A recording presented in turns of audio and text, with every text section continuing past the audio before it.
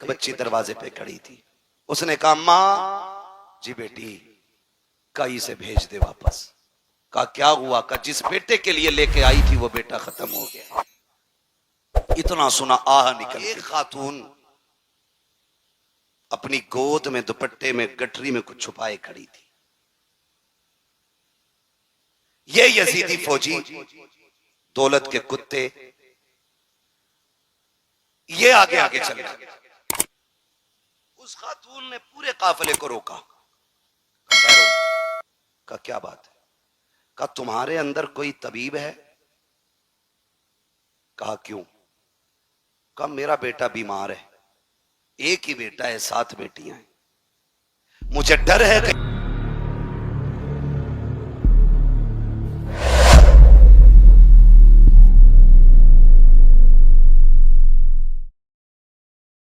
कि वो मर ना जाए। कहा अगर तुम्हें कोई तबीब हो तो मेरे बेटे को देख ले। तो शिमर को इन लाइनों को मजाक सूझी। इन्होंने मजाक के तौर पे इमाम ज़ैनुल आबिदीन की तरफ मुंह किया और बूढ़ी से कहने लगे हम तो तबीब नहीं है, लेकिन इससे पूछ ले ये जो कैदी है शायद ये तबीब है। बूढ़ी गई जाके कहने लगी परदेसी क्या तू तबीब है? आपने कहा अल्हम्दुलिल्लाह, सिर्फ मैं नहीं, मैं भी हकीम, मेरा बाप भी हकीम, मेरा दादा भी हकीम, मेरा घराना ही हकीमों का है। क्या इलाज कर देगा? फरमाने लगी बिल्कुल, लेकिन सुन मां मैं कैदी हूं और हम इनके कैदी हैं, इनसे इजाजत लो और हम चलेंगे तुम्हारे साथ। जब बूढ़ी इजाजत लेने गई, वो तो थे दौलत के कुत्ते। उन्होंने क्या कहा? उन्होंने सीधी बात कही कि क्या देगी इसके बदले में। उसकी गोद में जो गठरी थी वो प्लास्टिक की और लकड़ी की और किसी और चीज की नहीं बल्कि सोने की गठरी थी। उसने कहा जितना सोना है सारा ले ले, बस इस तबीब को मेरे साथ भेज दे। वो तो थे ही दौलत के कुत्ते, उन्होंने सोना ले लिया। लेने के बाद मेरे इमाम की तरफ देख के कहने लगे सोन, अगर तुम्हारे बाप ने हमारी मान ली होती ना तो आज तुम जंजीरों में जकड़ के हमारे गुलाम नहीं होते। जैसे इतना सुना गुस्सा आ गया इमाम ज़ैनुल आबिदीन को। फरमाने लगे तुझे क्या लगता है ये जो तूने बेड़ियां हथकड़ियां पहना रखी हैं तो इनसे रोकेगा हमें? फरमाने लगे चाबी रख अपने पास अपनी, अब अली के बेटे की ताकत देख। आपने गुस्से में हाथों की हथकड़ी की तरफ निगाह डाली, हथकड़ियां पानी की तरह बह के गिर जाती। पैरों की तरफ देखा, बेड़ियां टूट गई। फरमाने लगे कुत्ते औकात में रहे, कल भी हम रब की रजा पे राजी थे, आज भी हम रब की रजा पे राजी। वरना हमें कोई दुनिया की ताकत नहीं रोक पाएगी। उसके बाद जब आप चले, शर्मिंदा हो गया इतनी बात पे, सबके सामने मुंह की खानी पड़ी। लेकिन मेरे इमाम ज़ैनुल आबिदीन इतने थक चुके थे कि चलते चलते ना पैर पूरे नहीं उठ पा रहे थे, पैर खचेड़ के जमीन पे चल रहे हैं। इतनी ताकत नहीं बची है कि पूरा पैर उठा के रख सके, जमीन पे पैर रगड़ते जा रहे हैं। बूढ़ी आगे आगे चलते चलते जब बूढ़ी का मकान आया तो एक बच्ची दरवाजे पे खड़ी थी। उसने कहा माँ जी बेटी कई से भेज दे वापस। कहा क्या हुआ? कहा जिस बेटे के लिए लेके आई थी वो बेटा खत्म हो गया। इतना सुना आह निकल गई। बूढ़ी रो के कहने लगी सोना भी चला गया, बेटा भी चला गया। जा, मैंने तुझ पे ज्यादती की, मैं यहां तक चला के लाई, तेरा एहसान तो यहां तक आ गया, वापस चला जा। इमाम ज़ैनुल आबिदीन ने कहा मां दरवाजे तक आए हुए मेहमान को लौटाया नहीं जाता है, चौखट तक आने की इजाजत तो दे। बूढ़ी ने कहा क्या करेगा बेटा, तेरा वक्त जाये होगा, तेरा टाइम खर्च होगा, तू परदेसी मुसाफिर, जाने कब का चला है, कब तक चलेगा, कुछ खाया कि नहीं खाया, ए बेटे अब यहाँ आके वक्त जाये न कर। कहा माँ मुझे दरवाजे तक आने की इजाजत दे। इमाम ज़ैनुल आबिदीन को इजाजत मिली। आप जैसी घर के अंदर कदम रखते हैं, क्या देखते हैं, दो बहनें बैठी हुई हैं, एक सर की तरफ बैठी है, दूसरी पैरों की तरफ बैठी है, दो जबान के ऊपर कपड़ा पड़ा है। एक कहती है भैया बड़ी हसरतें तेरे साथ थी, तू हमारा इकलौता भाई था, आपने चंद जुमले सुने रो देते हैं। एक बच्ची देख के कहती है भाई हमारा गया है, तू क्यों रो रहा है? उसने ये कहा जब मैंने तुम्हारे भाई को देखा तो मुझे सुगरा के अकबर की याद आ गई है, मुझे तुम्हारे सूरत को देख के अपनी मदीने वाली बहन की याद आई है। आप ये कहते हैं और उसके बाद आगे बढ़ते हैं। उस नौजवान के ऊपर से चादर उड़ाई और हटाने के बाद कहते हैं नौजवान उठ, बहनों को रुलाया नहीं जाता है, बहनों को हंसाया जाता है। इतना कहा नौजवान उठ के बैठ जाता है। आपने जैसी नौजवान को उठाया है, माँ कहती है अरे बेटे ये कैसे हो गया? कहा बेटे ये बता, माँ ये तो बता तेरी गोद में सोना कितना था? कहा 7 बेटियों का जेवर था। कहा जल्दी कर, जितना सोना था उतनी मिट्टी लेके आ। पूरी मिट्टी लेके आई है। मेरे इमाम ने यूं हाथ लगाया है, सारी मिट्टी को सोना बना दिया है। उसके बाद कहते हैं माँ बता क्या कमी रह गई है? बेटा भी मिल गया है, सोना भी मिल गया है। ये कह के पलटने लगे। बूढ़ी ने दौड़ के कदम पकड़े। कहा ओ शहजादे जरा ठहर तो सही, अरे रुक तो जरा, बता तो सही तू है कौन, कहाँ का रहने वाला है, बता ये शाने कहाँ से लेके आया है, ये रुतबे कहाँ से मिले हैं? आप कहते अम्मा ये ना पूछ, अब मुझे जाने दे। बूढ़ी कहती बता ना बेटे क्या मामला है? कहा वो बता बेटे वो 72 नेज़ों पे सर किसके थे?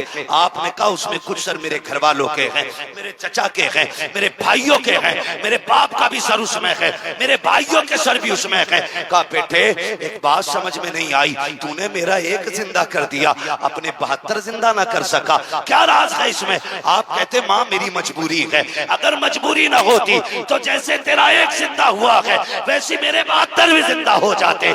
आपने जैसी इतना कहा। बूढ़ी कहती बेटे समझ में नहीं आया। कहा माँ सुने यहाँ समझ में नहीं आएगा, वहां चल जहां नेज़ों पे सर है, सारी चीजें समझ में आ जाएंगी।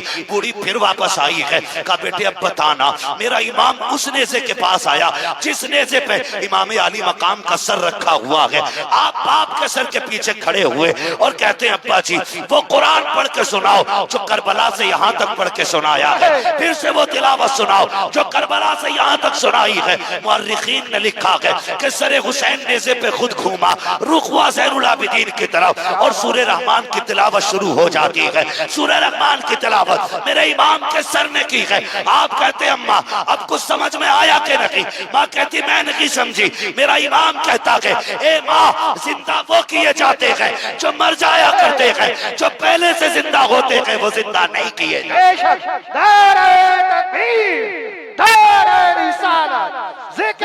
शहीद आलम सरजमीने मंसूरपुर नौजवान कमेटी आप फरमाते माँ जिंदा वो किए जाते हैं जो मर जाया करते हैं, जो पहले से जिंदा हों वो दोबारा जिंदा नहीं किए जाते। माँ ये जो 72 नेज़ों पे 72 सर हैं ये मुर्दों के नहीं है, ये जिंदों के सर हैं। ये किनके सर हैं? जोर से और जोर से किनके? जिंदों के सर हैं।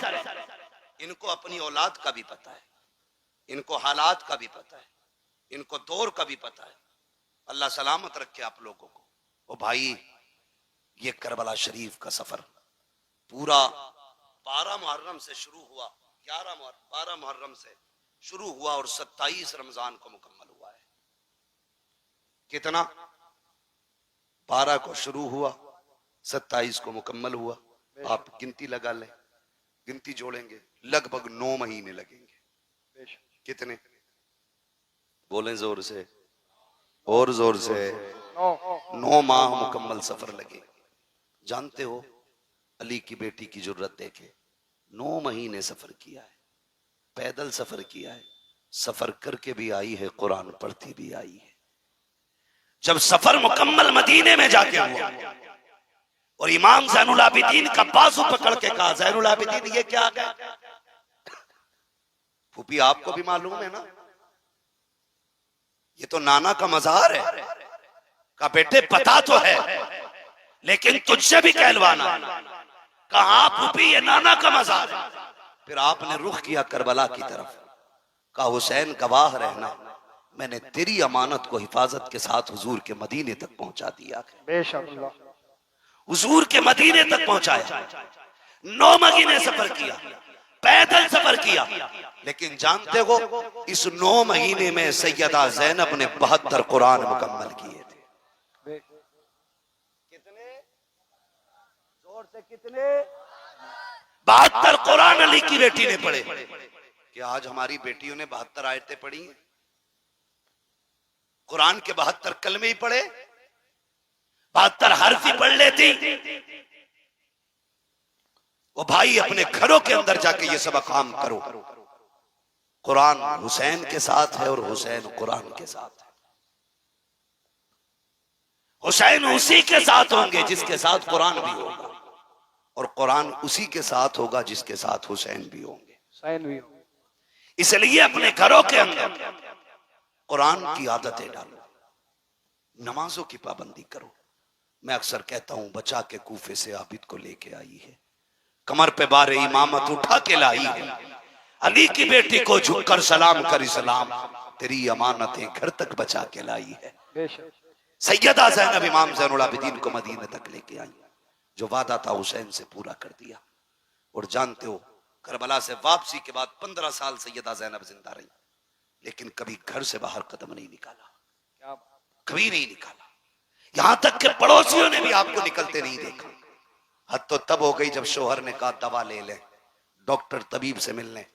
फरमाने लगी नहीं, मैं ज़हरा की बेटी हूं, मैं पर्दा नहीं तोड़ूंगी। का नाना के दीन में तबीब को औरत को दवा लेने के लिए हाथ पैर दिखाना जायज है?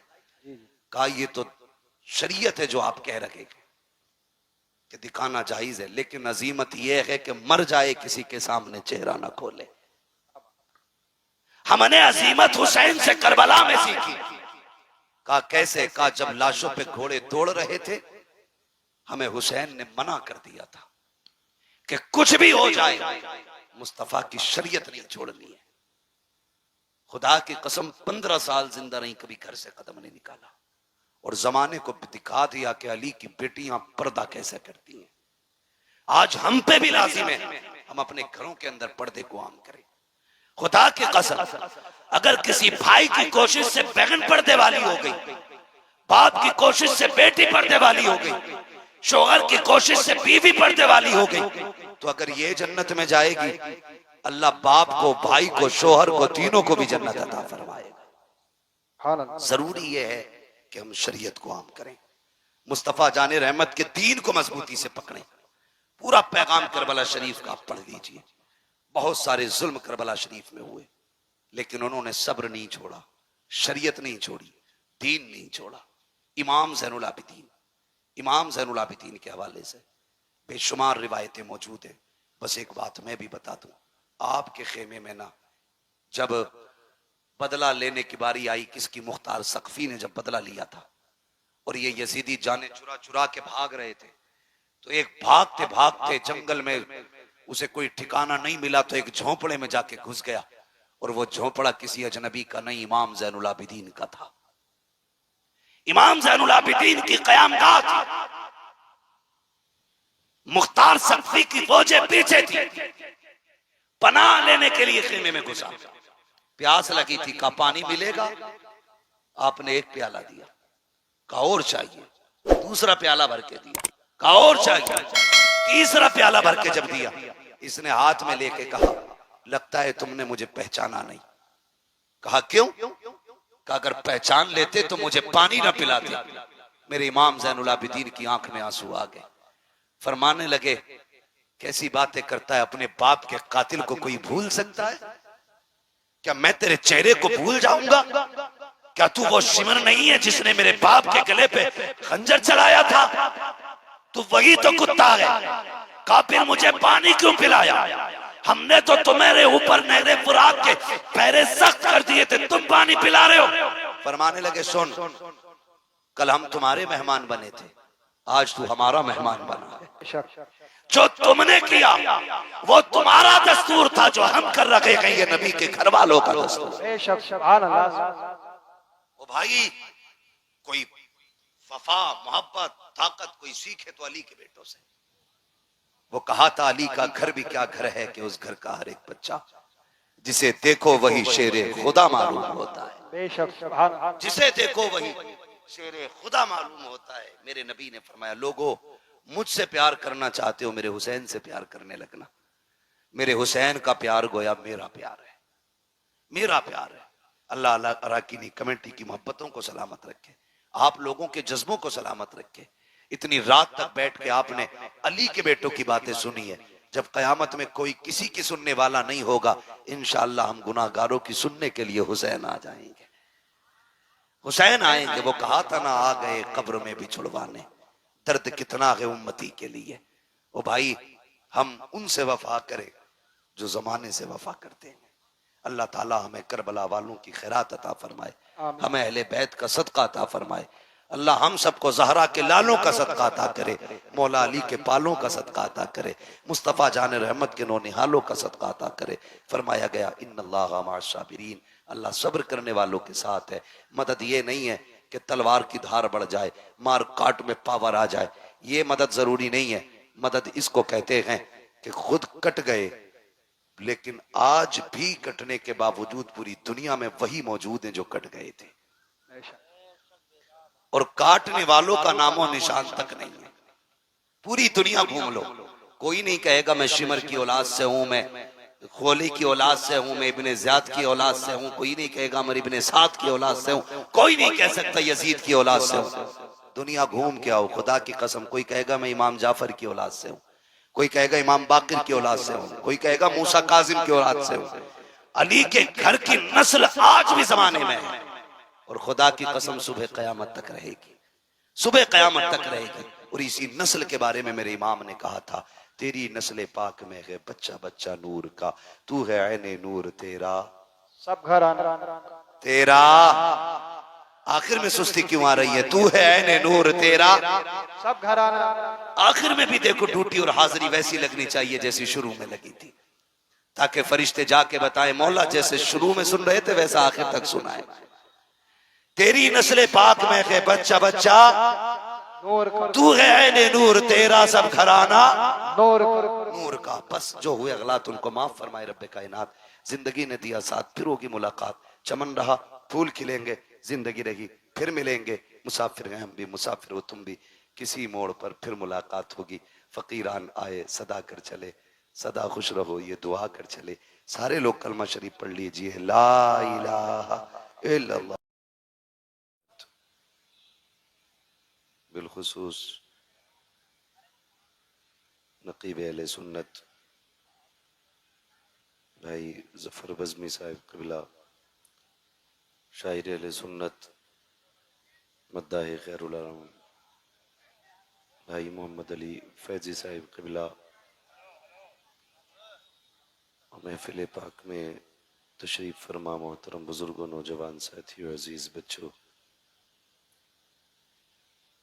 इस्लामी रिश्ते की फतमा आप पर्दा नशीन माँ और बहनों और जुमला सामईन व सामियात, अस्सलामु अलैकुम व रहमतुल्लाहि व बरकातुहू। इसमें थोड़ा सा ऐसा पैदा करें कि ये गला ना पकड़े। अल्हम्दुलिल्लाह अल्हम्दुलिल्लाहि रब्बिल आलमीन वल आक़िबतु लिल मुत्तक़ीन वस्सलातु वस्सलामु अला रसूलिहिल करीम, अम्मा बअद, फ़अऊज़ु बिल्लाहि मिनश शैतानिर रजीम, बिस्मिल्लाहिर रहमानिर रहीम, इन्नल्लाहा मअस साबिरीन, आमन्तु बिल्लाहि सदक़ल्लाहु मौलानल अज़ीम व सदक़ रसूलुहुन नबियुल उम्मियुल मुतीउल मुबीनुल मुईनुल करीम व नहनु अला ज़ालिका लमिनश शाहिदीन व शाकिरीन वल्हम्दुलिल्लाहि रब्बिल आलमीन। या खुदा बहरे जनाबे मुस्तफ़ा इमदाद कुन, या रसूल अल्लाह अज़ बहरे खुदा इमदाद कुन, या शहीद करबला या दाफ़िए करबो बला गुल्लुखा शहजादे गुलगों कबा इमदाद कुन गौसे आज़म बने बेसरो सामा मददे क़िबले दी मददे काबे ईमा मददे बगिरदाबे बला उफ्ताद कश्ती मदद कुन मदद कुन मदद कुन या मुईन अद्दीन चिश्ती कादरी नारे या गौसे आज़म ही जन्म दमज़ शेख अहमद रज़ा खां कुतुब आलम ही जन्म बलगल उला बिकमालिही कशफत दुजा बिजमालिही हसनत जमीउ खिसालिही सल्लु अलैहि व आलिही। करूं तेरे नाम पे जां फिदा न बस एक जां तो जहां फिदा दो जहां से भी नहीं जी भरा करूं क्या करूं नो जहां नहीं। जिसको अपने नबी से जितनी मोहब्बत का एहसास हो कोशिश करें उतनी ही आवाज़ के साथ रसूल और आले रसूल की बारगाह में दुरूद व सलाम की डालियां निछावर करें। पढ़ें बावाज़ बुलंद अल्लाहुम्मा सल्ली अला सय्यदिना व शफीइना व नबीना व मौलाना मुहम्मदिन बअदिल जूदी वल करम व आलिहि व अस्हाबिहि व बारिक वसल्लिम सलातun व सलामन अलैका या रसूल अल्लाह सल्लल्लाहु तआला अलैहि वसल्लम। अज़ीज़ान मिल्लत इस्लामिया, सबसे पहले मुबारकबाद के मुस्तहिक हैं अरकान कमेटी, बानियान जलसा और वो तमाम अफराद जिन्होंने मेहनतें की हैं, कोशिशें की हैं और इस महफिल को सजाया। अल्लाह करीम सबकी कोशिशों, काविश और मेहनत को अपनी बारगाह में कबूल फरमाए और जितने अहबाब भी दूर दराज से इस महफिल पाक में तशरीफ़ लाए, अल्लाह रब्बुल इज़्ज़त सबकी हाज़िरी को अपनी बारगाह में कबूल व मकबूल फरमाए। अज़ीज़ान मिल्लत इस्लामिया, बड़े अच्छे और मुबारक अंदाज में भाई मोहम्मद अली फैज़ी साहब ने हमें और आपको नात मनक़बत के अशार सुनाए। अल्लाह ताला मोहम्मद अली भाई को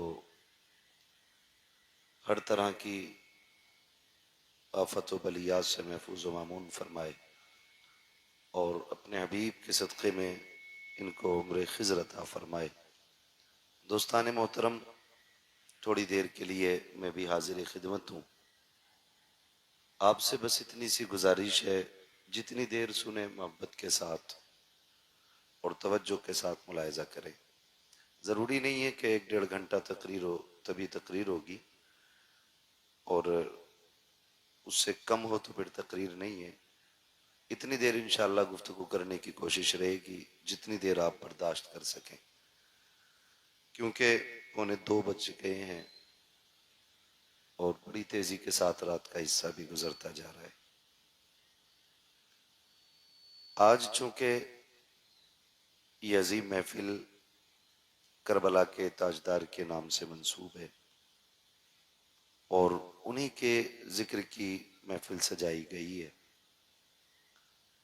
मैं अक्सर ये बात कहता हूँ कि अल्लाह का शुक्र अदा करें कि रब ने हमें और आपको सुन्नी बरेलवी बनाया है और बरेलवियों का अपना मुकद्दर ये है कि उनके दामन पर न हुजूर के सहाबा की तौहीन का दाग है और न हुजूर के अहले बैत की गुस्ताखी का दाग है। बरेलवियों की ये अपनी खुशनसीबी है कि हम हुजूर के सहाबा से भी प्यार करते हैं और हुजूर के अहले बैत से भी प्यार करते हैं। यही सबक हमें बरेली के इमाम ने दिया और फरमाया, अहले सुन्नत का है बेड़ा पार असहाबे हुजूर, नज्म है और नाव है इतरत रसूलुल्लाह की। जन्नती वही है जिसके एक हाथ में अहले बैत का दामन, दूसरे हाथ में हुजूर के सहाबा का दामन है। बड़ी तेजी के साथ तरह तरह के फितने हमारी सफ़ों में, हमारी जमातों में दाखिल होते जा रहे हैं जिनको हम पहचान भी नहीं पाते हैं। नौजवानों, मेरी गुजारिश है, जब तक जिंदा रहना हुजूर के सहाबा से भी वफा करनी है, हुजूर के अहले बैत से भी वफा करनी है और दुनिया को यही पैगाम देना है, ना हम हुजूर के दर वालों को छोड़ेंगे, ना हम हुजूर के घर वालों को छोड़ेंगे। हुजूर के दर वाले भी हमारे हैं और हुजूर के घर वाले भी हमारे हैं। याद रखिएगा, अगर सहाबा को छोड़ा, क्योंकि बहुत सारी ऐसी टीमें आ रही हैं, कोई सहाबा की आड़ में अहले बैत की तौहीन कर देता है, कोई अहले बैत की आड़ लेकर के सहाबा इकराम को गाली बकना शुरू कर देता है। याद रखिएगा, नबी का अबू बकर भी बेमिसाल है, नबी का उमर भी बेमिसाल है, नबी का गनी भी बेमिसाल है, नबी का अली भी बेमिसाल है। ये हुजूर के यार हमें इसलिए प्यारे हैं क्योंकि ये हुजूर से मंसूब है, और हुजूर के घर वालों को भी हम इसलिए चाहते हैं क्योंकि वो हुजूर की जात से मंसूब है। शुक्र रब का हम बरेली वाले हैं। जात तो बड़ी बात है, रिश्ता भी बड़ी बात है। हम तो हुजूर के शहर से मंसूब मिट्टी को भी सर का ताज बनाते हैं।